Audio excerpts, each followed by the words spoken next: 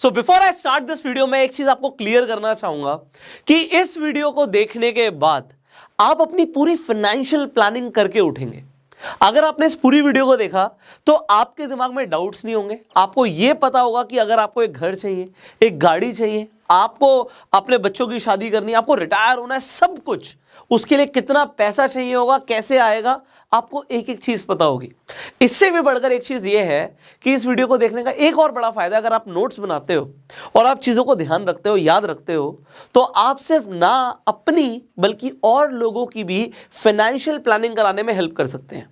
बहुत ही informative video होने वाली है। सबसे पहले तो हम म्यूचुअल फंड्स की बात कर रहे थे, तो मैं म्यूचुअल फंड्स के बारे में भी आपको बताऊंगा कि म्यूचुअल फंड्स क्या होते हैं, कितनी तरह के होते हैं, कैसे काम करते हैं। और अगर आपने सिर्फ म्यूचुअल फंड्स का नाम सुना है किसी दोस्त से या इंटरनेट पर, आपने सुना है कि म्यूचुअल फंड सही है, तो आज इस वीडियो में आपको म्यूचुअल फंड्स की टोटल ABCD भी पता लगने वाली है। अब एक सिंपल सा क्वेश्चन से मैं इस वीडियो की शुरुआत करूंगा। मैंने आपको बता दिया कि मैं आपकी फाइनेंशियल प्लानिंग कराने वाला हूं, बट एक सिंपल सा सवाल है मेरा, क्या 500 रुपए महीना जोड़कर 1 करोड़ की रकम इकट्ठा हो सकती है?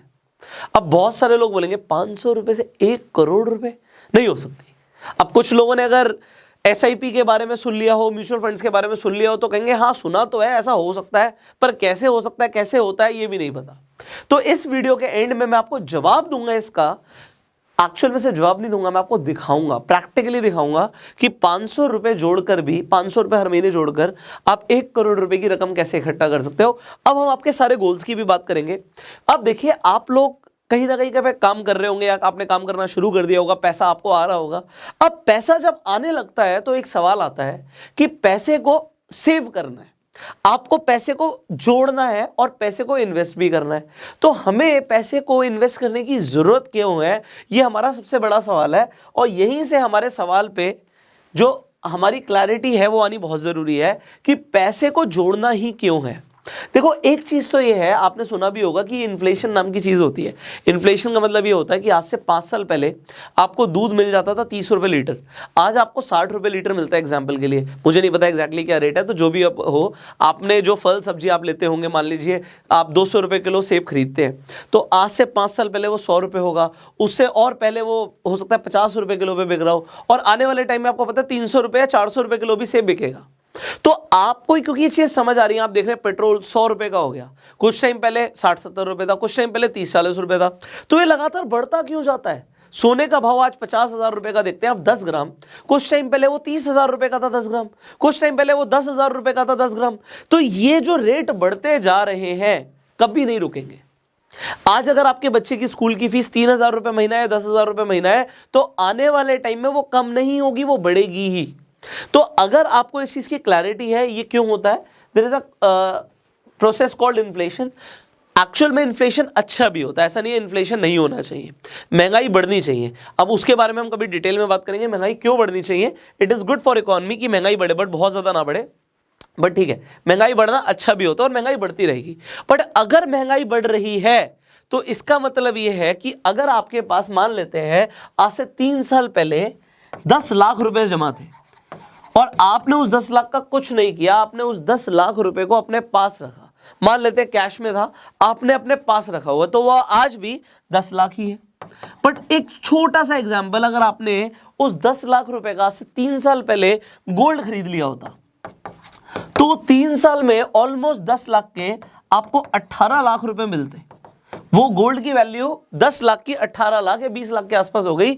तो यहां पे 10 लाख का तो 10 लाख ही रहा, बट अगर आपकी इन्वेस्टमेंट होती तो वो पैसा डबल हो सकता था, वो 10 लाख का 18 लाख हो सकता था या 20 लाख हो सकता था। तो वो हुआ नहीं। वो हुआ क्यों नहीं? क्योंकि आपने पैसे को पड़े रहने दिया। तो आपको समझ आ गया कि महंगाई बढ़ेगी, अगर हम उसे इन्वेस्ट कर देते हैं। अभी मैंने गोल्ड का एग्जांपल लिया, मैं आपको सारे इन्वेस्टमेंट टाइप्स बताऊंगा। थोड़ा सा वीडियो लंबा है, बट आपको A to Z क्लैरिटी देना मेरा फोकस है। तो मेरा पहला फोकस तो यह है कि मैं पैसे को इसलिए बचाऊं या पैसे को इसलिए इन्वेस्ट करूं। अगर मैंने इन्वेस्ट नहीं किया, वैसे तो सेविंग यहां पे गलत लिखा है, यहां पे होना चाहिए इन्वेस्टमेंट, वाई टू इन्वेस्ट। तो पैसे को हमें ना सिर्फ जोड़ना है, हमें इन्वेस्ट करना है। तो अगर आप सिर्फ जोड़ने पे फोकस करोगे तो पैसा बढ़ेगा नहीं, क्योंकि इन्फ्लेशन पैसे को खाता है एक दीमक की तरह। आपको पैसा दिखता है कि वो 5 लाख है, 10 लाख है, 1 लाख ही है, बट वो अपनी वैल्यू लूज कर रहा है, वो अपनी परचेजिंग पावर को लूज कर रहा है, क्योंकि इन्फ्लेशन काम कर रहा है। गवर्नमेंट नोट छापती है, आपको पता है प्रिंटिंग कभी रुकती तो है नहीं, और अगर वो नोट छापती जाएगी, पैसा सर्कुलेशन में और आता जाएगा तो पैसा अपनी वैल्यू लूज करेगा, और वो करता ही है और हमेशा से कर रहा था, आगे भी करेगा। तो ये तो सच्चाई है, ये तो हमारा अटल सत्य हो गया कि महंगाई तो बढ़नी ही है, ये कोई नहीं रोक सकता। और कहीं ना कहीं मैंने बोला अच्छा भी है, इसके बारे में हम अब कभी और वीडियो में बात करेंगे। तो अब हम दूसरा यहां पर एस्पेक्ट पे आ जाते हैं कि हमें पैसे को इसलिए भी जोड़ना है क्योंकि भैया हमारे कुछ फाइनेंशियल गोल्स होते हैं। हमने आज काम करना शुरू किया, हमारी कहीं नौकरी लगी, अब हमें बड़ा अच्छा लगता है, हम अपने बाइक से जा रहे हैं, पापा ने दिलाई थी बाइक, बट अब मैं अपने पैसे की गाड़ी खरीदूंगा। आपका एक गोल हो सकता है, आपका गोल हो सकता है आज हम एक छोटे घर में रहते हैं, आज मेरा घर है जी, आप कहते हो जी 50 लाख रुपए का घर है या 60 लाख रुपए का घर है, बट अब मेरे को ना अपने माँ बाप को एक बड़ा घर लेके देना है, 1 करोड़ रुपए का घर लेके देना है। तो अगर 50-60 लाख का बिकेगा तो मुझे 40 लाख रुपए अपनी मेहनत से कमाने हैं। वो पैसा कमाना आपके लिए गोल है, और वो कैसे आपको 40 लाख मिलेगा इसके ऊपर हम बात करेंगे। तो ये आपका एक गोल हो सकता है। आप आज नहीं सोचते, बट हो सकता है आपकी शादी हो गई हो, एक बच्चा हो गया हो, आप उसके बारे में सोचते हैं यार आज ये बच्चा अभी हो गया है, कल को इसकी शादी भी करनी है, इसकी एजुकेशन भी है, तो आज से मुझे 18-20 साल बाद इसके लिए एजुकेशन के लिए पैसा चाहिए, मान लेते हैं 20 लाख रुपए चाहिए, कल को बच्चे की शादी करनी है उसके लिए 50 लाख रुपए चाहिए। भाई आज आप एक गाड़ी खरीदते हो, कल को वो गाड़ी और महंगी होगी तो उस हिसाब से आप सोचते हो कि 50 लाख रुपए गाड़ी के लिए भी चाहिए होगा, शादी के लिए चाहिए होगा। तो आपने ये भी सोच लिया, सोच तो लिया आपने, बट होगा कैसे? और आप कहते हैं जी मैं बहुत मेहनत कर रहा हूँ आज की डेट में, एक टाइम पे मैं रिटायर भी होऊंगा। उस टाइम पे आज की सिचुएशन में आप देखते हो कि बहुत सारे लोग रिटायर होते हैं और रिटायरमेंट के टाइम पर उनके पास कुछ पैसा नहीं होता। आप सोचते हो आज के टाइम के हिसाब से भी अगर इंसान को रिटायर होना है तो कम से कम 10-20 लाख रुपए चाहिए। अगर उसके पास 10-20 लाख रुपए नहीं है तो कोई मेडिकल इमरजेंसी हो गई, या आप देखते ही हो कि जो बड़े बुजुर्ग लोग हैं अगर उनके पास पैसा नहीं होता तो आज की डेट में ना पैसे की सब इज्जत करते हैं। आप कहते हो नहीं मुझे ऐसा नहीं चाहिए, मैं जब रिटायर हूं तो कम से कम मेरे पास 1 करोड़ रुपया होना चाहिए। कैसे होगा? उसके लिए कितना पैसा इन्वेस्ट करना होगा? तो आज हम इसकी प्लानिंग करेंगे। बट अब ये देखते हैं कि अगर आप पैसे को इन्वेस्ट करने के लिए सोचते हो या सेविंग करने के लिए सोचते हो तो ट्रेडिशनली लोग पैसा कहां लगा देते हैं और उससे होगा क्या। तो मेजरली मैंने यहाँ पे 9 क्लासिफिकेशंस करी हैं। मैं आपको सारे इन्वेस्टमेंट्स के ऑप्शन बताता हूँ जहाँ पे लोग इन्वेस्टमेंट करते हैं और फिर आप डिसाइड कर सकते हो आपको कहाँ करना है। सो हमने बात म्यूचुअल फंड्स की करी थी, हम लास्ट में उसकी बात करेंगे, बट पहले सारे समझते हैं। एक हमारे पास ऑप्शन है कि हम सेविंग अकाउंट में पैसा रखें। आज आपको सेविंग अकाउंट में आप देखते हो कि भैया 3% से लेकर 6% तक आपको सेविंग अकाउंट में इंटरेस्ट मिलता है। बट मैं आपको एक बात बता दूं, महंगाई हमेशा इनफैक्ट फिक्स डिपॉजिट में भी जो आपको इंटरेस्ट मिलता है ना उससे ज्यादा स्पीड से बढ़ती है। तो अगर आपको दिखता है फिक्स डिपॉजिट में 7% का रेट ऑफ इंटरेस्ट मिल रहा है आपको, तो महंगाई ये समझ लेना एफडी से हमेशा ज्यादा ही होती है। ये सिंपल सा लॉजिक है। अगर कभी एफडी में 10% का रेट ऑफ इंटरेस्ट मिलता था तो महंगाई उस टाइम पे 10% से ज्यादा से बड़ी होगी। तो एफडी का जो आपको रेट मिल रहा है ना, आप समझ लो इतना परसेंट तो इन्फ्लेशन ही है। तो अगर आपको 6% या 3% मिलता है तो आपको महंगाई पहले ही 7% से ऊपर मार रही है, और आपको अगर 3% मिलता है तो आपका पैसा घट रहा है।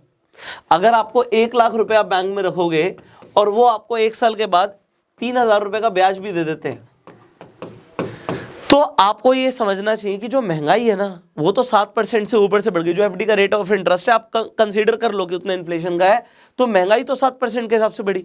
महंगाई के हिसाब से आपका 1,07,000 रुपए होना चाहिए था, और अगर ये 1,07,000 रुपए नहीं है तो आपका ब्रेक इवन भी नहीं हुआ, ये नुकसान हो गया। और एफडी में रखोगे तो एट पार रहोगे। एफडी के अलावा लोग क्या करते हैं, आरडी भी करते हैं। एफडी का तो मतलब आपको पता है, आपके पास जैसे मैंने एग्जांपल लिया 10 लाख रुपए पड़े थे या 2 लाख रुपए पड़े थे, तो आपने जाके एक एफडी करा दी और उस पर आपको ब्याज मिलेगा। आरडी क्या होता है, इंसान सोचता है कि जी मैं हर महीने कमाता हूँ, हर महीने जोड़ूंगा, तो बैंक वाले भी आपको स्कीम बताते हैं जी आप 5,000 की, 2,000 की, 10,000 की एफडी करा लो हर महीने, और ये आप मंथली जोड़ते रहना। तो उस पर भी आपको सिमिलर रेट ऑफ इंटरेस्ट मिलता है जो आपको एफडी पे मिलता है। जितना पैसा रखते जाओगे जुड़ता जाएगा, उस पर रेट ऑफ इंटरेस्ट मिलता जाएगा। उसके अलावा लोग गोल्ड में भी इन्वेस्ट करते हैं। इंडिया के अंदर खासकर गोल्ड में लोग इन्वेस्ट करते हैं, और मैं इसे गलत नहीं मानता, अच्छा है गोल्ड में इन्वेस्ट करना, बट गोल्ड भी आपको कम से कम इन्फ्लेशन के आसपास ही प्रोटेक्ट करता है, बहुत ज्यादा कमा के नहीं देता गोल्ड। तो थोड़ी बहुत इन्वेस्टमेंट इज ओके, बट आप सारा पैसा नहीं लगा सकते, इससे आपके सारे सपने पूरे नहीं होंगे। तो गोल्ड और jewellery is one of the same thing, मैंने ये समझ लिया। उसके अलावा लोग आज की डेट में इंडिया में एलआईसी और इन्वेस्टमेंट्स भी बहुत करते हैं, इन्वेस्टमेंट की पॉलिसीज कर लेते हैं। कभी डिटेल में आपको बताऊंगा, इसमें एक्चुअल में आपका नुकसान होता है, कभी डिटेल में बात करेंगे। तो अगर आप एलआईसी या इन्वेस्टमेंट पॉलिसीज में इन्वेस्टमेंट करते हैं, आपको बताया जाता होगा कि 1.5 लाख रुपए हर साल जोड़ लो, आप 25 साल के लिए जोड़ लोगे, 15 साल और वेट करना, फिर आपको इतना पैसा मिल जाएगा, मान लो 1 करोड़ रुपए मिल जाएगा। तो अगर आप रेट ऑफ इंटरेस्ट कैलकुलेट करोगे तो आपको समझ आएगा कि बहुत अच्छा स्कीम नहीं है, पर ठीक है आपको एक लाइफ प्रोटेक्शन के लिए चाहिए तो आप यहाँ पे टर्म प्लान भी ले सकते हो। तो it is not too good. अभी आज हमारी वीडियो का टॉपिक ये नहीं है, वरना इसके ऊपर भी मैं कम से कम 30-40 वीडियोस बना सकता हूँ। अगर आप कहेंगे तो मैं इंश्योरेंस के ऊपर पूरी सीरीज भी बना सकता हूँ। उसके बाद हम बात करते हैं real estate. It is a good option अगर आप लैंड में इन्वेस्ट करते हो। मैं फ्लैट में इन्वेस्ट करने के फेवर में नहीं हूँ, क्योंकि बहुत ज़्यादा बढ़ती नहीं, वजह से गाड़ी पुरानी हो जाती है ना, से फ्लैट भी पुराने हो जाते हैं, तो they lose their value. Actually बढ़ती बहुत ज़्यादा नहीं है। तो रियल एस्टेट के अंदर आप इन्वेस्टमेंट सोच रहे हैं तो आप लैंड में इन्वेस्टमेंट प्लान कीजिए, क्योंकि उसके अंदर डेप्रिसिएशन नहीं आता है। और अब रियल एस्टेट की बात करूं तो भैया कैपिटल बहुत ज़्यादा चाहिए। कोई अगर मेरे पास 1 लाख रुपए पड़ा है तो कहीं पर भी मैं शायद लैंड नहीं खरीद पाऊंगा इंडिया में आज की डेट में। मेरे को एक बड़ी कैपिटल चाहिए होगी। अगर अच्छी लोकेशन पे इन्वेस्टमेंट करनी है तो लाखों करोड़ों रुपए भी चाहिए होगा रियल एस्टेट में इन्वेस्टमेंट करने के लिए। और अगर आम आदमी के पास बड़ी कैपिटल नहीं है तो रियल एस्टेट का ऑप्शन ही बंद हो जाता है। उसके बाद हम बात करते हैं क्रिप्टो की। आपको क्रिप्टो को लेकर आपका क्या मानना है ये आप ही खुद बताइएगा। अगर हम सारे अपने फाइनेंशियल गोल्स की बात करें तो क्रिप्टो के अंदर बहुत ज़्यादा वॉलीटिलिटी है मेरे हिसाब से। तो ट्रेडिंग के लिए तो एक अलग चीज़ हो गई, पर लॉन्ग टर्म इन्वेस्टमेंट में आपके क्या राय है आप बताइएगा। तो इसे हम अपने गोल्स के लिए कंसीडर कर सकते हैं, नहीं कर सकते, आप अपना राय बताइए। मेरे हिसाब से वॉलीटिलिटी बहुत ज़्यादा है। फिर स्टॉक मार्केट की हम बात करते हैं। लोग स्टॉक्स के अंदर इन्वेस्ट करते हैं। स्टॉक्स का मतलब क्या होता है, आप कंपनीज की हिस्सेदारी खरीद रहे हो। तो एक्चुअल में ये जो आपने इन्वेस्टमेंट पॉलिसीज जो भी कराई हैं उसमें से भी जो पैसा आप देते हो वो स्टॉक मार्केट में जाके लगता है। जो बैंक में आप एफडी कराते हो वो स्टॉक मार्केट में पैसा लगाते हैं। जो आप आरडी कराते हो वो भी स्टॉक मार्केट में पैसा लगता है। अगर आप बैंक के पास पैसा रखते हो, चलो वो लोन दे देता है, बट बैंक आपके पैसे को यूज़ कर सकता है।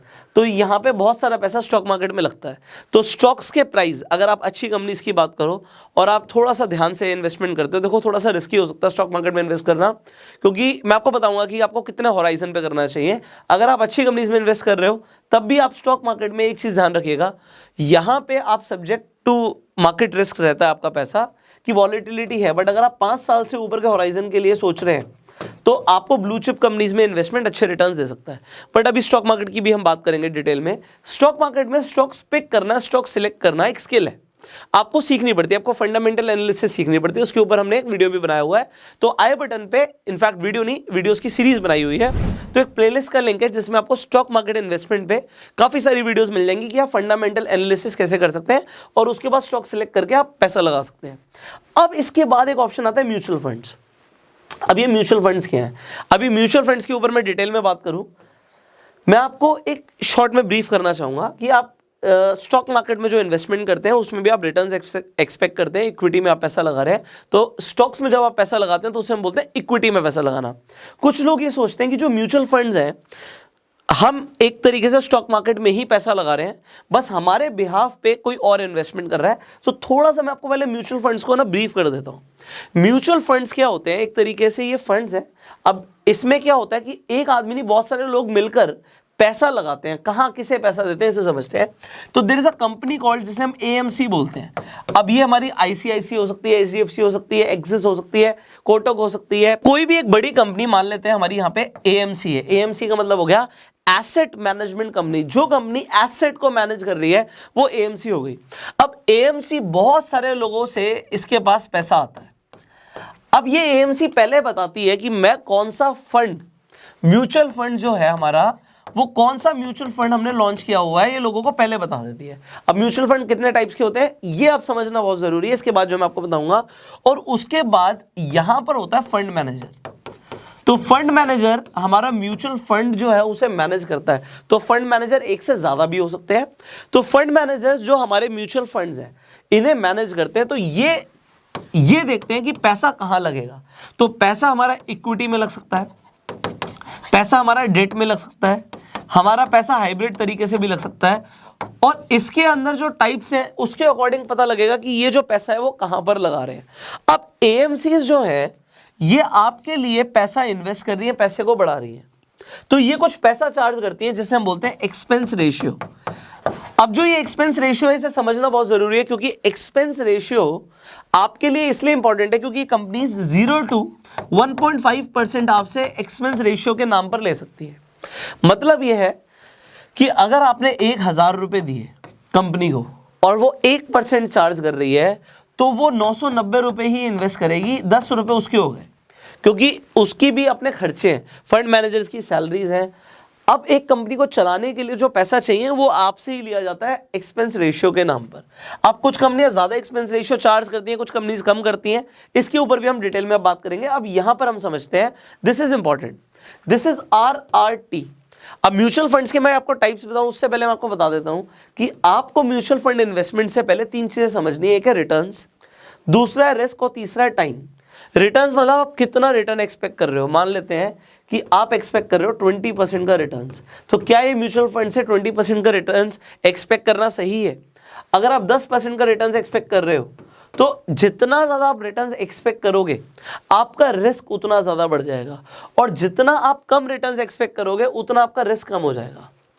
तो रिस्क और रिटर्न साथ साथ चलते हैं। जितना ज्यादा रिटर्न्स को आपको लग रहा है प्रोबेबिलिटी आने की, तो आपके पैसे पे रिस्क ज्यादा है। रिस्क का मतलब क्या है कि अगर आपने 1 लाख रुपए इन्वेस्ट किया और आप 20% की रिटर्न एक्सपेक्ट कर रहे हो, आप चाहते हो कि 20,000 रुपए आपको बढ़कर मिल जाए, तो भैया वो 20,000 कम भी तो हो सकता है 10,000 का नुकसान ही हो जाए, आपका 1,90,000 ही रह जाए, ऐसा भी हो सकता है। तो अभी तक तो आपने देखा सेविंग अकाउंट में FD में सिर्फ बढ़ता ही बढ़ता है, बट एक्चुअल में जब आप मार्केट में पैसा लगाते हो या म्यूचुअल फंड्स में पैसा लगाते हो तो डिपेंड करता है आपने कौन से म्यूचुअल फंड में पैसा लगाया, आपका पैसा घट भी सकता है। तो घटने की प्रोबेबिलिटी को हम बोलते हैं रिस्क, कि कितने चांसेस है पैसा घट सकता है, और बढ़ सकता है उसको हम बोलते हैं रिटर्न्स। और तीसरी इंपॉर्टेंट चीज है टाइम, क्योंकि टाइम कंपाउंडिंग अभी आप समझने वाले हो। जितना ज्यादा हमारे पास टाइम होगा उतना हमारा रिस्क भी कम हो जाएगा और हमारे रिटर्न्स के चांसेस भी बढ़ जाएंगे। तो ये टाइम के ऊपर डिपेंड करता है। अब जो आप देखने वाले हो ना, ये सबसे इंपॉर्टेंट है, इसे समझना। बहुत कम लोग होते हैं जो इसे समझ पाते हैं। जो यहाँ पे लिखा हुआ भी खिचड़ी दिख रही होगी आपको, बट मैं इतने अच्छे से एक्सप्लेन करूंगा कि आपको याद रहेगा। अब यहाँ पर बड़े ध्यान से समझना, म्यूचुअल फंड्स को हम मेजरली 3 कैटेगरीज में डिवाइड कर सकते हैं। एक हो गया debt mutual fund. Debt mutual funds क्या होते हैं? डेट म्यूचुअल फंड्स वो म्यूचुअल फंड्स होते हैं जहां पर आपका पैसा जो है वो गवर्नमेंट सिक्योरिटीज में लगता है, बॉन्ड्स में लगता है, FD लाइक इंस्ट्रूमेंट्स में पैसा लगता है आपका। इसका मतलब यह है कि जो आप मान लीजिए आप सेविंग अकाउंट पे या आप एक्सपेक्ट करते हो कि आपको FD में जो रिटर्न्स मिलेंगी उनसे ज्यादा रिटर्न्स मिलेंगी और रिस्क बहुत कम है, तो रिस्क डेट म्यूचुअल फंड्स में कम होता है। और म्यूचुअल फंड्स, अगर हम डेट की बात कर रहे हैं तो ये भी कई तरीके के हैं, इसे समझते हैं। एक होते हैं लिक्विड फंड्स। अगर आप एक दिन से ज्यादा सोच रहे हो, भाई आपको लगता है मेरे पास पैसा पड़ा हुआ है, 10 दिन के लिए पड़ा हुआ है, आपको कहीं से पेमेंट आई, 1 करोड़ रुपए की पेमेंट आ गई, आप बिजनेसमैन है, अब आप सोचते हैं 1 करोड़ की पेमेंट आ गई है, 10 लाख की पेमेंट आ गई और मुझे 10 दिन बाद किसी को देना है, तो इस पे मुझे कुछ पैसा, ब्याज, इंटरेस्ट फालतू भी मिल जाए, तो मैं क्या करूं? मैं उसे अपने करंट अकाउंट में पड़े रहने दूंगा तो मुझे क्या मिलेगा? शून्य, कुछ नहीं मिलेगा। आप क्या करते हो? उसे डाल देते हो लिक्विड फंड में। तो लिक्विड फंड में आपको FD जितना रेट ऑफ इंटरेस्ट भी मिल जाता है, कुछ ब्याज के साथ ही आपका पैसा वापस आएगा। तो अगर आपका हॉराइजन है 1 दिन से ऊपर, अभी मैं आपको बताऊंगा कैसे सिलेक्ट करना है, तो आप लिक्विड फंड्स में पैसा डाल सकते हो। दूसरा होता है कि अगर आपके पास 6 महीने तक के लिए पैसा पड़ा है तो आप अल्ट्रा शॉर्ट ड्यूरेशन फंड्स के अंदर पैसा डाल सकते हो। अगर आपको 9 महीने से ज्यादा पैसा रखना है तो आप लो ड्यूरेशन फंड्स में पैसा डाल सकते हो। अभी आपको कैसे पता लगेगा फंड्स कहां से आइडेंटिफाई होंगे, मैं आपको जस्ट बताने वाला हूं। अगर आपका हॉराइजन है 1 ईयर प्लस तो आप शॉर्ट टर्म फंड्स में पैसा डाल सकते हो। अगर आपका 1 से 2 साल का विजन है तो आप मिड टर्म फंड्स में पैसा डाल सकते हो, और 2 साल से ज्यादा है तो आप गिल्ट फंड में पैसा डाल सकते हो। गिल्ट फंड्स में आप गवर्नमेंट सिक्योरिटीज में और बॉन्ड्स में पैसा लगाते हो। तो बहुत सेफ इन्वेस्टमेंट्स होती हैं, बट यहाँ पे रिटर्न्स इक्विटी मार्केट से कम आता है। तो अब यहां पे हमारा सवाल आता है, यार ये आपने सर बोला लिक्विड फंड्स, हो सकता है आपने गिल्ड फंड्स कई सारे लोगों ने पहली बार सुने हो, तो मैं आपको यहां पे स्क्रीन पर लेकर जाऊंगा, मैं आपको दिखाता हूं आप इसे कैसे आइडेंटिफाई करोगे। बहुत आसान है यार, आप सिंपली इंटरनेट पर एक देयर इज अ वेबसाइट में, उसका लिंक भी दे दूंगा डिस्क्रिप्शन कमेंट बॉक्स में, टिकर टेप। अब टिकर टेप पर अभी तक आपने हो सकता है स्टॉक स्क्रीनर के लिए इसे यूज किया हो, बट आप म्यूचुअल फंड के लिए भी स्क्रीनर को यूज कर सकते हो। तो यहां पर आप क्या करोगे, आप सिंपली जब यहां पर जाते हो टिकर टेप पर, आप स्क्रीनर्स पर जाते हो, तो यहां पे आपको सिंपली MF स्क्रीनर पर जाना है। MF मतलब म्यूचुअल फंड स्क्रीनर। अब म्यूचुअल फंड्स में हम सबसे पहले बात कर रहे थे, हम डेट की बात कर रहे थे। अब डेट फंड्स आपको यहां पर दिख रहे हैं, जितने भी डेट फंड्स हैं हमारे सामने यहां पर है। अब डेट में मान लीजिए आप लिक्विड फंड्स में इंटरेस्टेड है। आपको लिक्विड फंड में मैंने क्या बताया कि अगर आपको कुछ दिनों के लिए पैसा रखना है तो आप लिक्विड फंड यहां पर चूज कर सकते हैं। अब लिक्विड फंड तो आ गया, आपको बहुत सारे नाम दिख रहे हैं, सब कैटेगरी आपको दिख रही है, लिक्विड फंड है सबकी। यहाँ पे प्लान जो है, प्लान भी आपको 2-3 तरीके के देख सकते हैं। एक आपको ग्रोथ प्लान दिखता है, आपको एक IDCW प्लान दिखता है। IDCW क्या होता है? इनकम डिस्ट्रीब्यूशन कम कैपिटल विड्रॉल। तो इसमें कुछ कैपिटल विड्रॉल भी होती है। एसेट अंडर मैनेजमेंट कितना है? किसी का 28 करोड़ है तो किसी का यहाँ पे 70,000 करोड़ से ऊपर है।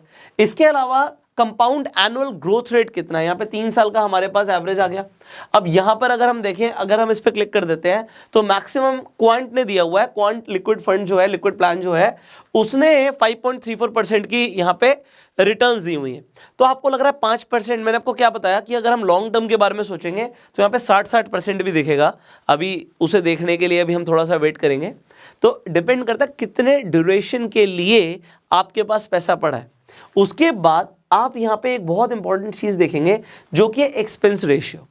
एक्सपेंस रेशियो देखना बहुत जरूरी है। मान लेते हैं क्वांट में अगर आप पैसा लगा रहे हैं तो एक्सपेंस रेशियो आपको दिखता है 0.29, बट आप फिर देखते हैं कि भैया कोई तो ऐसा भी है प्लान जिसके अंदर 0.34% या 0.07% पैसा लग रहा है। तो एक्सपेंस रेशियो किसी का बहुत कम है, किसी का ज्यादा भी हो सकता है। अभी जब हम जाएंगे इक्विटी म्यूचुअल फंड्स में तो आप देखेंगे कि एक्सपेंस रेशियो इससे भी ज्यादा है। तो वहां पर एक्सपेंस रेशियो ज्यादा क्यों है? क्या हमें वहां पे पैसा लगाना चाहिए? आपके मन में बहुत सारे सवाल हैं, हम उसके जवाब देने की कोशिश करेंगे। यहाँ पे आप फिल्टर्स भी लगा सकते हैं। मान लेते हैं एक फिल्टर मैंने यहाँ पे लगाया हुआ है सेबी की रिस्क कैटेगरी। तो इन फंड्स में जो रिस्क कैटेगरी है ये भी आपको दिख जाएगी।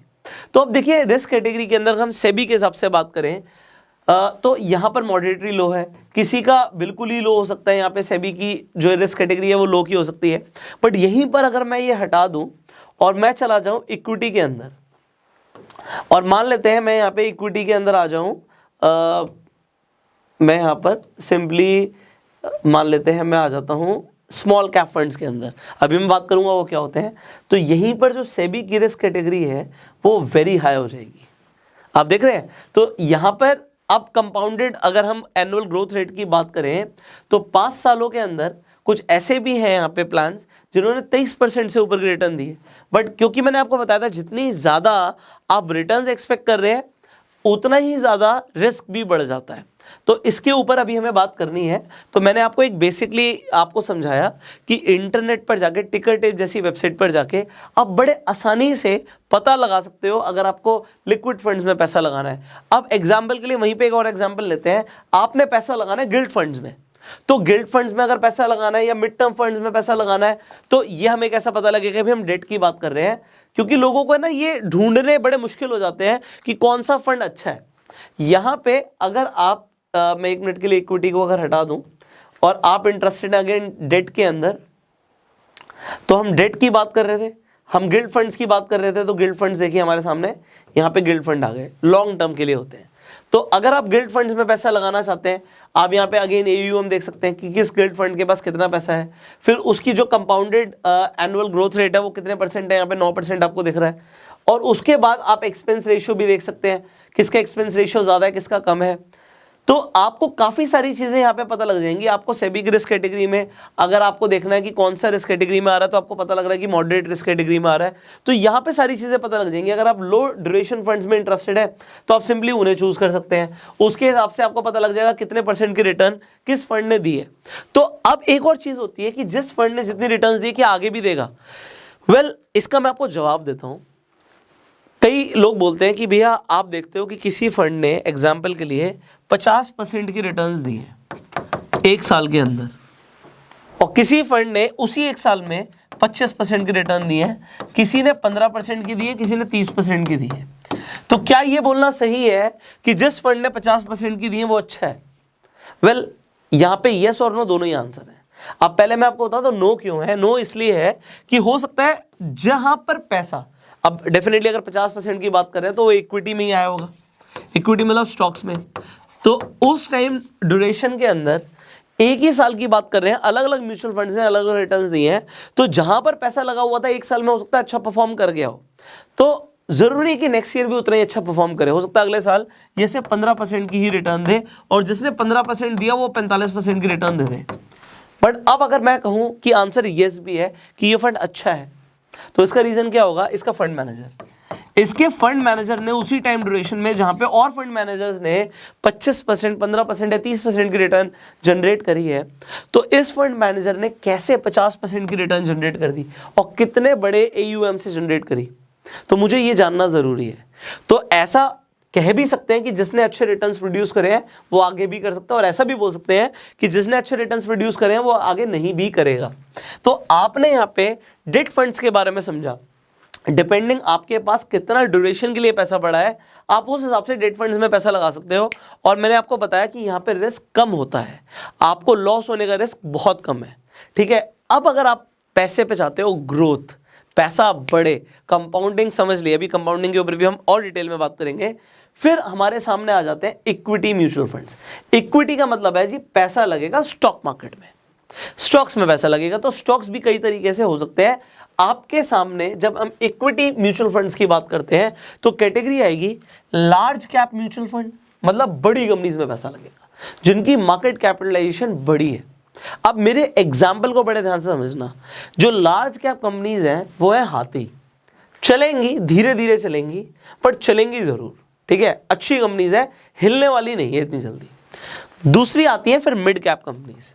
मिड कैप मतलब जिनकी मार्केट कैपिटलाइजेशन ठीक ठाक है।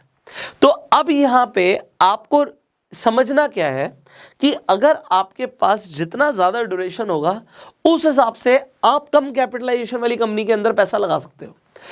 स्मॉल कैप कंपनीज वो कंपनीज होती है जिनकी मार्केट कैप बहुत कम है, बट यहां पे गधे और घोड़े दोनों होते हैं।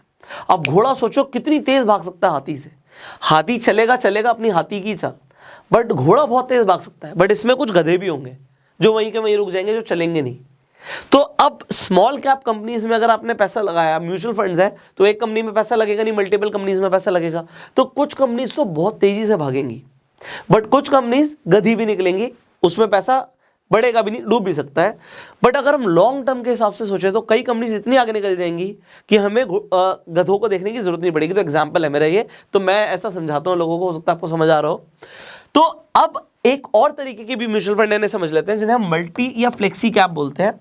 तो large cap, mid cap, small cap, तीनों में पैसा लगाना तो उसे मल्टी कैप बोल देंगे। बट मल्टी कैप फंड्स के एक और कैटेगरी होती है फ्लेक्सी कैप।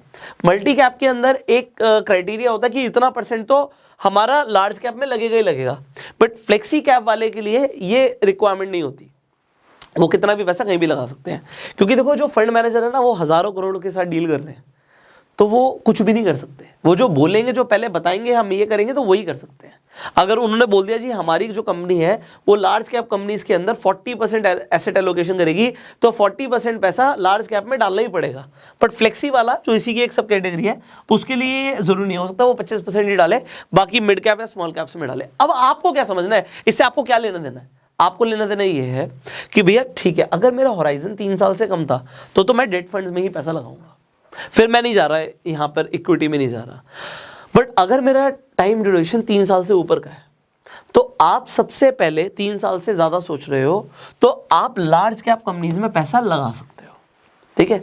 तो आपको यहां पर रिटर्न ज्यादा मिल सकती है, रिस्क कम है 3 साल के हिसाब से। अगर आप 5 साल से ऊपर सोच रहे हो तो आप मिड कैप कंपनीज में पैसा लगा सकते हो, मिड कैप म्यूचुअल फंड्स में। जो मिड कैप कंपनीज में म्यूचुअल फंड्स पैसा लगाते हैं उन्हें मिड कैप फंड्स बोलते हैं। अगर आपका टाइम होराइजन 7 साल, मतलब काफी ज्यादा दूर का, 7 साल से ऊपर का है, स्मॉल कैप के अंदर पैसा लगा सकते हो आप। आपको रिटर्न्स मिलने की ज्यादा प्रोबेबिलिटी है, बड़ा आपको ग्रोथ मिल सकती है। बट जरूरी नहीं है 3 साल में मिले। 3 साल में आप क्या देखोगे, हो सकता है स्मॉल कैप फंड ने उतने अच्छे रिटर्न्स नहीं दिए, आपको मिड कैप या लार्ज कैप ने ज्यादा दे दिए। बट अगर आप 7 साल से ऊपर की बात करोगे, जो स्मॉल कैप के रिटर्न्स हैं वो मिड कैप और लार्ज कैप को बीट कर जाएंगे। तो अगर आप सोच रहे हो मेरे को 20 साल के बाद पैसा चाहिए, तो पैसा कहाँ लगाना है, जल्दी बताओ, स्मॉल कैप या फिर मल्टी या फ्लेक्सी कैप। तो बेस्ट मेरे हिसाब से क्या, अगर आप लॉन्ग टर्म सोचते हो, आप फ्लेक्सी कैप फंड्स या मल्टी कैप फंड्स के अंदर पैसा लगाओ और भूल जाओ। सच में भूल जाओ मतलब क्या है कि पैसे को आपको बढ़ता हुआ दिखेगा। तो हम इसके ऊपर बात करेंगे।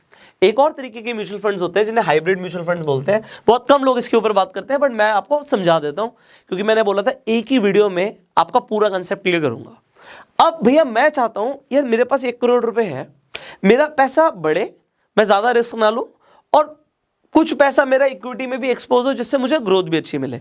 तो मैं दोनों के फायदे चाहता हूं। अगर मैं दोनों के फायदे चाहता हूं तो मैं हाइब्रिड फंड्स को कंसीडर कर सकता हूं। अब एक होते हैं हाइब्रिड, बट वो एग्रेसिवली हाइब्रिड होते हैं। एग्रेसिव हाइब्रिड फंड्स कौन से होते हैं? जिसमें आपका पैसा लगभग 60% पैसा इक्विटी में लगता है और 40% पैसा आपका डेट में लगेगा। एग्जाम्पल के लिए तो ये हो गया एग्रेसिवली हाइब्रिड, मतलब ज्यादा पैसा किस तरफ है? स्टॉक्स की तरफ है, इक्विटी की तरफ है। दूसरे होते हैं इक्विटी सेविंग, जिसके अंदर हमारा पैसा स्टॉक मार्केट में भी लगता है, एफडी लाइक इंस्ट्रूमेंट्स में भी लगता है, बॉन्ड्स में भी लगता है। तो अलग अलग जगह पे पैसा लगता है इक्विटी सेविंग, और उसी के जैसे हो जाते हैं यहाँ पे मल्टी एसेट एलोकेशन, कि एक एसेट में पैसा लगा के हम कई तरीके के एसेट्स में पैसा लगा देंगे। तो उससे होगा क्या कि हमारे को एक सेफ्टी मिलेगी, एक डाइवर्सिफिकेशन मिलेगी। एक होता है आर्बिट्राज फंड्स। अब ये थोड़ा टेक्निकल है बट समझा देता हूं। आपने देखा होगा कि कैश मार्केट का भाव और फ्यूचर मार्केट का भाव अलग अलग होता है। इसका मतलब क्या है कि मान लेते हैं आपने एक शेयर देखा, रिलायंस का एग्जांपल, 2000 रुपए का देखा आपने कैश में, और फ्यूचर्स में वो चल रहा है 2050 का, तो 50 रुपए का डिफरेंस है। यहां पे जो फंड मैनेजर्स है ये थोड़ा सा ट्रेड भी कर सकते हैं। अलग अलग स्टॉक एक्सचेंज पे भाव थोड़ा सा ऊपर नीचे हो सकता है। मान लेते हैं आपने कैश में देखा रिलायंस का शेयर 2000 रुपए का एनएसई पर, और बीएसई पर आपने देखा 2001 रुपए का, तो वो 1 रुपए का डिफरेंस आपको लगता है कोई बड़ा नहीं है, बट अगर कोई 1000 करोड़ से ट्रेड कर रहा है, उसके बाद पैसा ज्यादा है, तो वो 1-1 रुपए का डिफरेंस ना करोड़ों रुपए में डिफरेंस में कन्वर्ट हो सकता है। तो यहां से भी प्रॉफिट जनरेट हो सकता है। इसे आर्बिट्राज फंड्स बोलते हैं। एक होता है कैपिटल प्रोटेक्शन। कैपिटल प्रोटेक्शन क्या होता है? वैसे तो कैपिटल प्रोटेक्शन में कोई बहुत ज्यादा इन्वेस्टमेंट आपको नहीं करनी चाहिए, बट मैं बता देता हूं।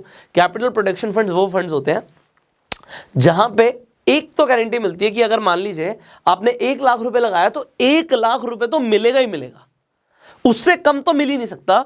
तो 1 लाख रुपए आपका सेफ रहेगा, कैपिटल प्रोटेक्टेड रहेगी। तो इसे हम बोलते हैं कैपिटल प्रोटेक्शन, प्लस जो रिटर्न्स कुछ मिलेंगे, बट इसमें रिटर्न्स कम मिलते हैं। तो ये आपको तीनों तरीके के फंड्स अभी आई होप समझ आ गए हो। पर भैया मेरे मुद्दे की बात यह है कि अब अगर मैं अपनी गोल सेटिंग करूं, मैंने बोला था लास्ट में आपकी गोल सेटिंग करा के जाऊंगा, आपको फाइनेंशियल प्लानिंग करा के भेजेंगे आज, तो वो मैं अभी कराने वाला हूं। और इसे समझने के लिए आपको थोड़ा सा टाइम देना है। अपनी कॉपी पेंसिल पेन पेपर लेकर बैठ जाओ, क्योंकि अब आपकी बात होने वाली है। मैं आपकी बात करता हूं। आज आपने पैसा कमाना शुरू किया, आपकी नई नौकरी लगी, आप पैसा कमा रहे हो, मान लेते हैं आपकी शादी भी हो गई, आपकी वाइफ भी पैसा कमा रही है, दोनों मिलकर 80,000 रुपए 1 लाख रुपए जो भी आप कमाते हैं, मान लीजिए आप अपना प्रैक्टिकल एग्जांपल लेना, मैं एक हाइपोथेटिकल एग्जांपल लेता हूं कि मियां बीवी मिलकर 1 लाख रुपए महीना कमाते हैं, एक अच्छे शहर में रह रहे हैं, खर्चे भी हैं, बट फ्यूचर के बारे में भी सोच रहे हैं। तो अभी हम प्लानिंग कर रहे हैं, एग्जाम्पल मैंने लिया, मान लेते हैं 1 लाख रुपए कमा रहे हैं, तो उसके हिसाब से हम कुछ प्रैक्टिकल चीजें लेकर चलेंगे, प्रैक्टिकल बातें करेंगे, और आप अपनी प्लानिंग बिल्कुल सेम तरीके से कर सकते हो।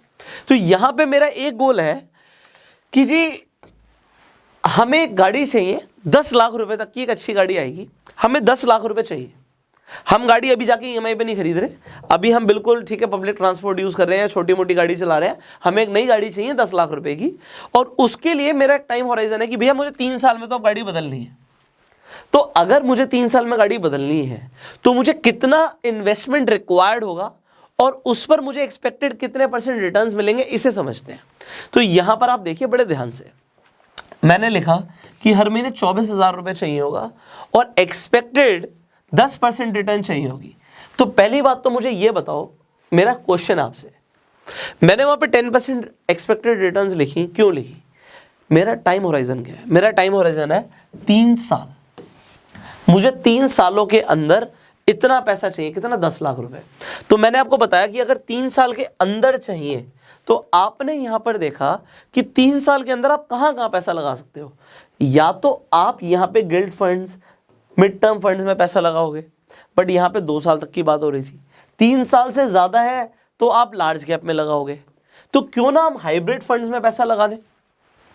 अगर हमें हाइब्रिड फंड्स के अंदर एक्सपेक्टेड रेट ऑफ रिटर्न हम सिर्फ 10% की रख रहे हैं, तो क्या हमें 3 साल के लिए पैसा लगाना कहां चाहिए? आप हाइब्रिड में लगा सकते हो। एक सजेशन के लिए मैं बात कर रहा हूं। अगर मेरे को 2 साल से कम होराइजन होता तो मैं सिर्फ डेट में पैसा लगाता, और अगर मेरा 3 साल का होराइजन है तो मैं कहां पे पैसा लगा रहा हूं? मैंने आपको बताया मैं हाइब्रिड में लगा रहा हूं। अब मैं आपको यहां पर कुछ इंटरेस्टिंग दिखाऊंगा, फटाफट आपको समझ आएगा।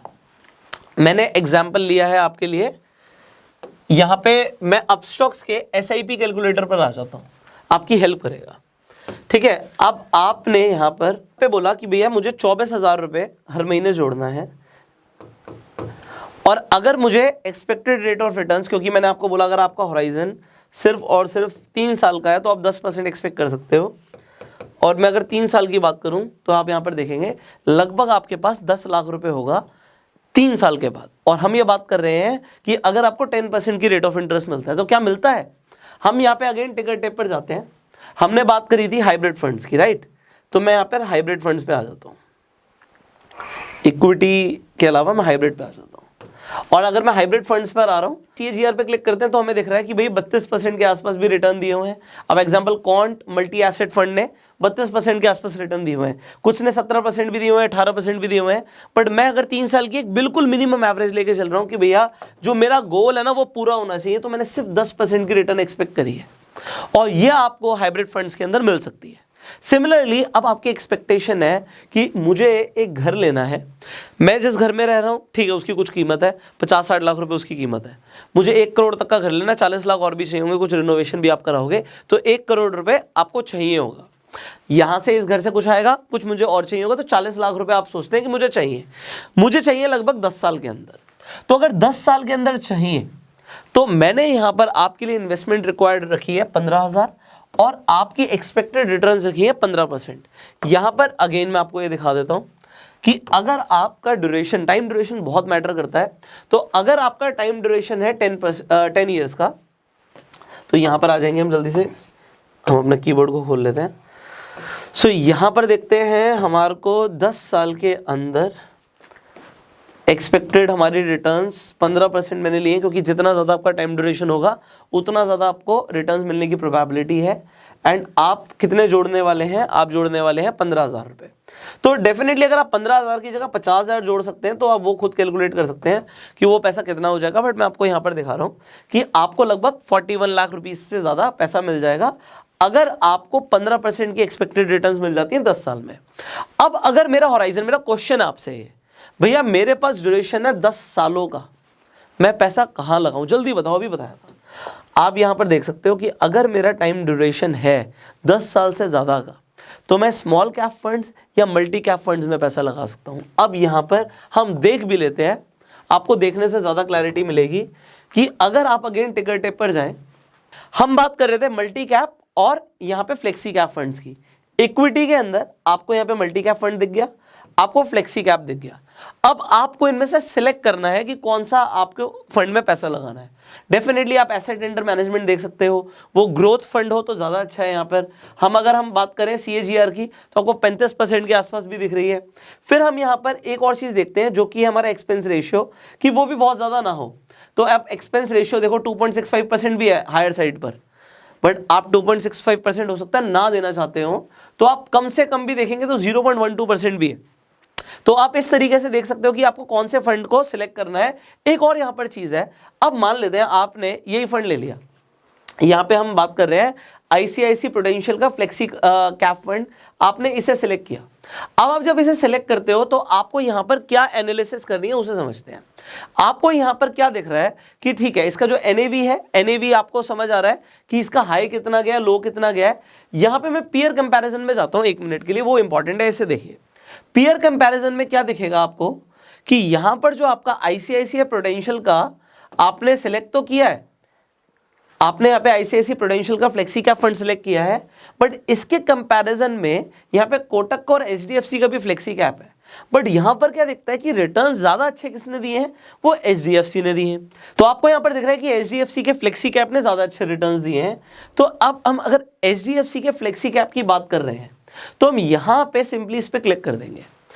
अब हमें एक पीयर कंपैरिजन में दूसरा यहाँ पे फ्लेक्सी कैप फंड मिल गया, यहाँ पे उसका एक्सपेंस रेशियो 1% के आसपास का है। अब 1% है, बट क्या उसने अच्छी रिटर्न्स प्रोड्यूस करी है? The answer is yes. अगर उसने अपने पीयर से अच्छी रिटर्न्स प्रोड्यूस करी है तो हम इसे इग्नोर भी कर सकते हैं। क्यों इग्नोर कर सकते हैं? देखो, अगर हम किसी को ज्यादा पैसा दे रहे हैं बट वो हमें ज्यादा कमा कर दे रहा है तो हमारे लिए क्या बेहतर है, इसे हम सेलेक्ट कर सकते हैं। इसी तरीके से पी रेशियो 27.45 का, पर जो कैटेगरी का पी रेशियो 40 का है, मतलब इसका प्राइस टू अर्निंग रेशियो अच्छा है, ये आपको समझना है। इसी तरीके से यहाँ पे आपको और भी रेशियोज दिख रहे हैं, इसके बारे में आप चाहे तो पढ़ भी सकते हैं।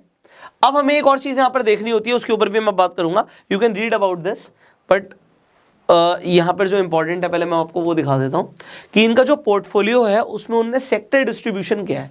तो यहाँ पर जो इनका ये फ्लेक्सी कैप फंड है HDFC का, इसमें प्राइवेट बैंक्स में 15% पैसा लगा हुआ है, पब्लिक बैंक्स में 10% लगा हुआ है, ऑयल एंड गैस में 8.79, पावर जनरेशन में 7.91, IT के अंदर 6.13। तो आप देख सकते हो कि इनका जो सेक्टर डिस्ट्रीब्यूशन है वो कैसा है और वो कितना चेंज हो रहा है। तो यहाँ पर क्वार्टर वाइज आपको दिखेगा कि एलोकेशन प्राइवेट बैंक्स में कम हुआ है, बढ़ा है, अच्छा बढ़ा है। इसी तरीके से अगर मैं बात करूं ऑयल एंड गैस के अंदर या IT के अंदर में बात करें तो IT के अंदर जैसे जैसे आप देख रहे हैं क्वार्टर वाइज कम हुआ है। दिसंबर 2021 में क्या था, सितंबर में क्या था, जून में क्या था, you can read about it. अभी लेटेस्ट क्या चल रहा है वो भी आपको यहाँ पर देखना है। अब यहाँ पर कुछ चेकलिस्ट भी मिल जाती है, रिटर्न्स अच्छी है, एक्सपेंस रेशियो यहाँ पर कम है, रिटर्न्स वर्सेस FD है तो इसने बेटर दिए हैं रिटर्न्स, रेड फ्लैग्स नहीं है, ये सब आपको पता लग जाएगा। अब एक और इंपॉर्टेंट चीज मैंने आपको बताया था, फंड मैनेजर बहुत इंपॉर्टेंट है। तो फंड मैनेजर कौन है यहाँ पर दिख रहा है, वो कितना पैसा मैनेज कर रहा है। अगर यहाँ पे प्रशांत जैन का नाम लिखा है तो इन्हें 22 सालों का एक्सपीरियंस है और 88,000 करोड़ रुपीस ये मैनेज कर रहे हैं। इसी तरीके से यहाँ पे संकल्प वैद का यहाँ पर एग्जाम्पल दिख रहा है, 3,80,000 करोड़ रुपए मैनेज कर रहे हैं। कहां पर, वो भी आपको नीचे दिखेगा, इक्विटी के अंदर और हाइब्रिड के अंदर ये फंड को मैनेज कर रहे हैं, पैसे को मैनेज कर रहे हैं। इसी तरीके से आप इनके बारे में पढ़ सकते हो, इनके बारे में आपको डिटेल भी यहाँ पे टिकर टेप पे मिल जाती है। So you can read about कि इनका पास्ट एक्सपीरियंस क्या है, क्वालिफिकेशन क्या भाई जिस आदमी की जो आपका पैसा मैनेज कर रहा है। तो आपको दिख रहा है चलो जी IIM बैंगलोर से पढ़ा हुआ है, ठीक है, CFA इन्होंने किया हुआ है, IIT कानपुर से पढ़ाई करी हुई है। So you can read more about it. फिर पीयर कंपैरिजन तो हम हमेशा ही देख रहे हैं, तो पीयर कंपैरिजन में अब इसी का यहां पर आपको दिख रहा है कि HDFC फ्लेक्सी कैप फंड का परफॉर्मेंस कोटक और UTI से भी बेटर रहा है। तो आप ये सब चीजों की एनालिसिस करने के बाद you can take better decisions. इतनी डिटेल में ज्यादातर लोग बात नहीं करते, बट भैया एक बार जब आपके पैसे की बात है तो क्या आपका टाइम निकालना जायज है? आप यहां तक मुझे सुन रहे हैं, क्या आपको क्लैरिटी मिल रही है? अगर मिल रही है तो कमेंट जरूर करना। देखो मेरा फोकस ये है, वीडियो लंबी बनती है, यूट्यूब के एल्गोरिथम के हिसाब से अच्छा नहीं है, बट आपको क्लैरिटी मिलती है, बहुत अच्छा है। अगर एक इंसान को भी, एक व्यक्ति को भी मेरी किसी भी वीडियो से फायदा मिल जाता है, मेरा पर्पस पूरा हो गया वीडियो बनाने का। तो मेरा कॉन्सेप्ट ये है कि आपको आपके कॉन्सेप्ट्स क्लियर हो जाए, आपके फाइनेंशियल गोल्स मीट हो जाए। अब इसी तरीके से हमने बात करी थी घर की, तो हमने घर के लिए 15% का एक एवरेज एक रिटर्न एक्सपेक्ट करी है। ज्यादा रिटर्न मिल जाएंगी तो होगा क्या भैया, 40 लाख की जगह हो सकता है 50 या 60 लाख मिल जाए। हम कम एक्सपेक्ट कर रहे हैं, ज्यादा मिल जाए तो बढ़िया ही है ना भैया। मैंने सोचा 10 लाख रुपए की गाड़ी चाहिए, बट उस टाइम पे अगर 12 लाख मिल जाते हैं तो और अच्छा आपके लिए। अब यहाँ पे बच्चों की एजुकेशन के लिए आप कहते हो जी मिनिमम 20 लाख रुपए चाहिए, और अभी मेरे बच्चे जस्ट हुए हैं या होने वाले हैं, तो 20 साल के बाद पैसा चाहिए होगा। मैंने लिखा है सिर्फ 1,000 रुपए की जरूरत है आपको इसके लिए।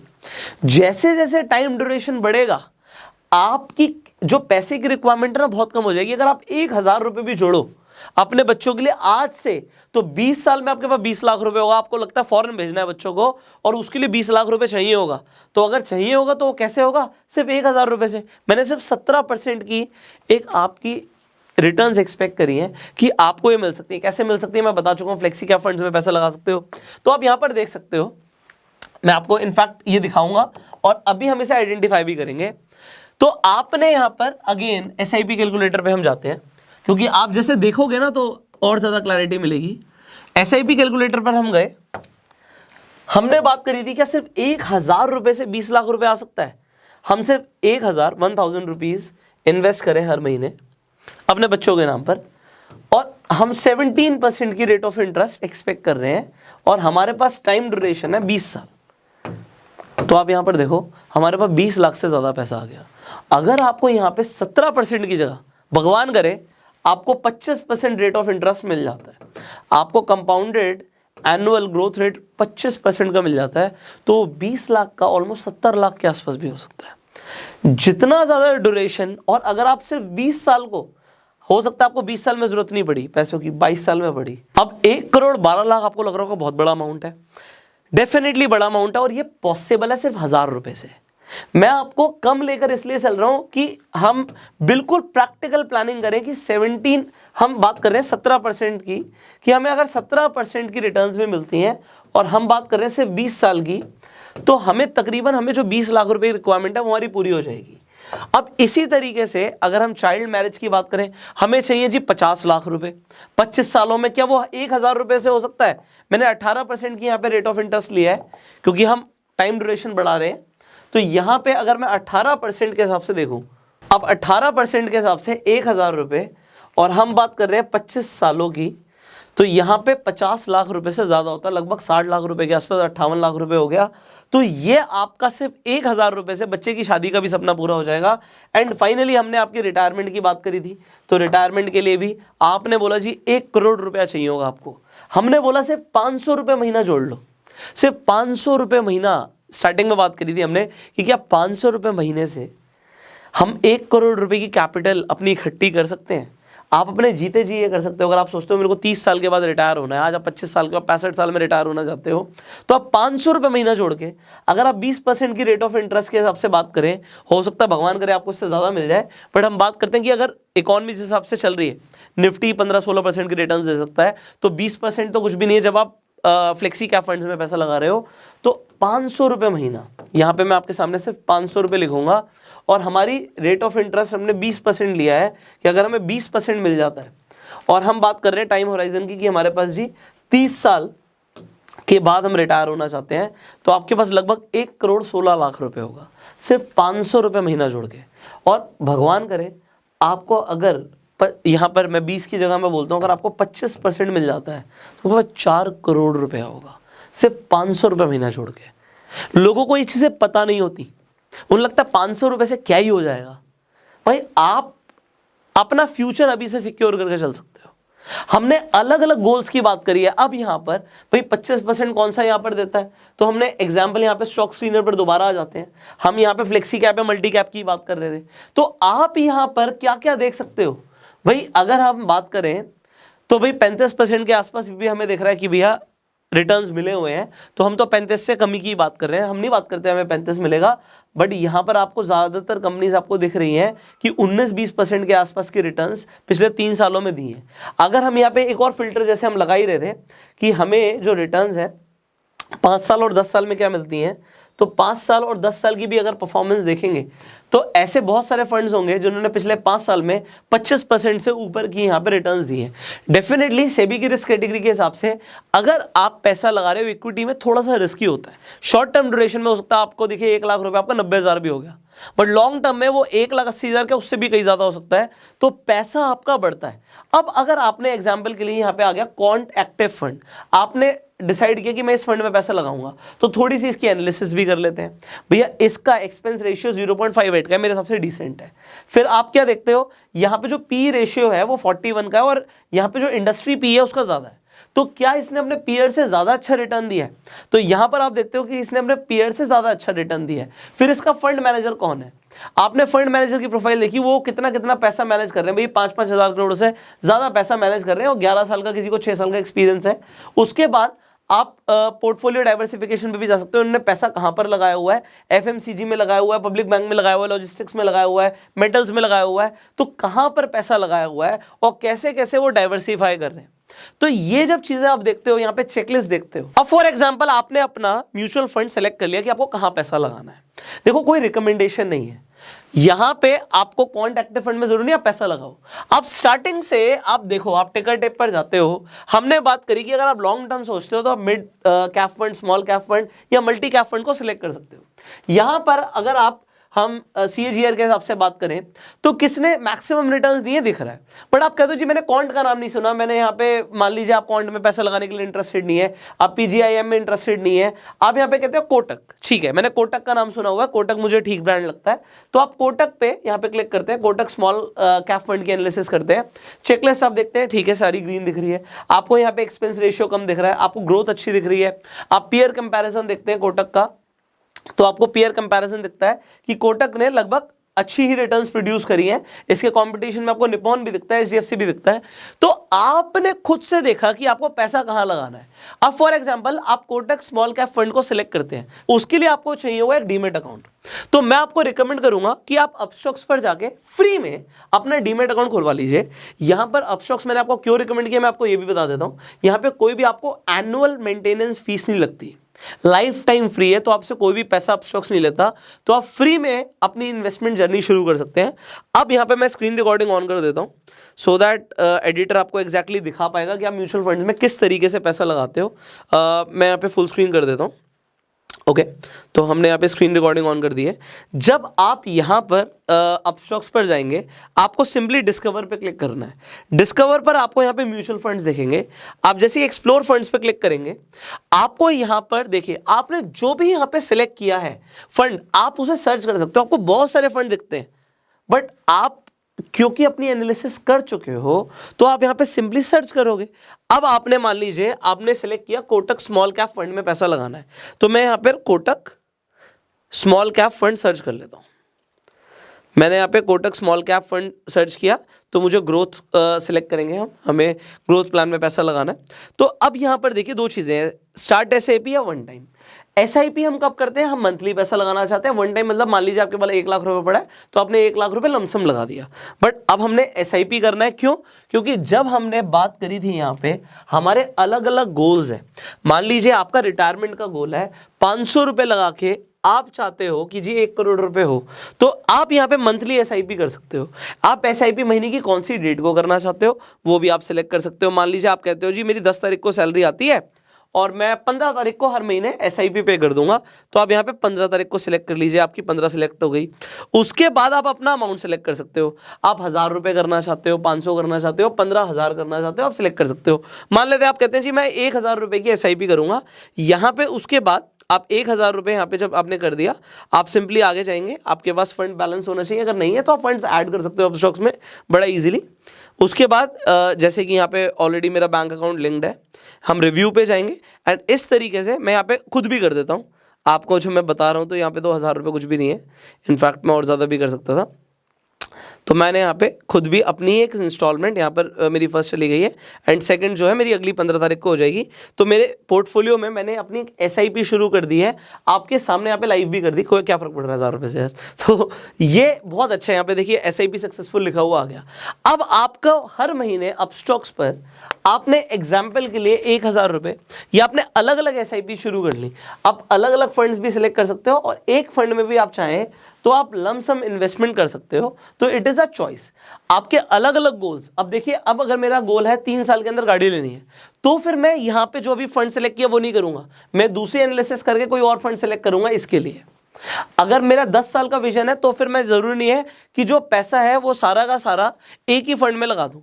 हो सकता है मैं कोई और भी फंड सेलेक्ट कर सकता हूँ, बट बाकी जो मेरी क्योंकि लॉन्ग टर्म इन्वेस्टमेंट्स हैं, मैं अपना पैसा ज़्यादातर कहाँ पर रखूँगा आपको बता चुके हैं हम, आपको याद रहे इसलिए मैं आपको दिखा रहा हूँ, मिड कैप, स्मॉल कैप और मल्टी कैप में।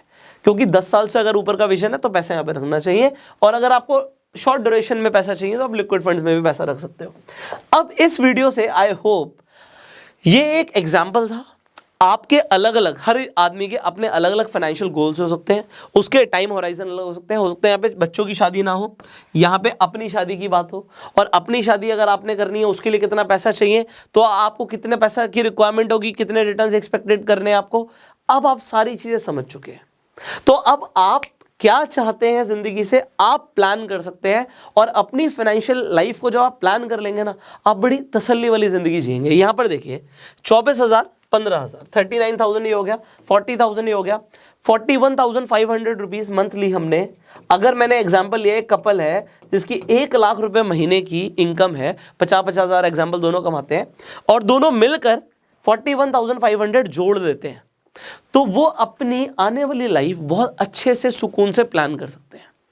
तो आप भी डेफिनेटली कर सकते हैं। आई होप आज आपके सारे कंसेप्ट क्लियर हो चुके होंगे, म्यूचुअल फंड्स आपको समझ भी आ गए होंगे, और आई होप अगर आपने जैसे मैंने आपको बोला था आप नोट्स बना सकते हैं, तो अगर आपने बनाए हैं तो आज आपको इतनी इन्फॉर्मेशन मिल गई है कि आप और किसी की भी फ्यूचर की फाइनेंशियल प्लानिंग करा सकते हैं। So thank you so very much for watching this video till now. आप अपनी फाइनेंशियल लाइफ अच्छे से जिए और लोगों की भी हेल्प करें, ये हम चाहते हैं।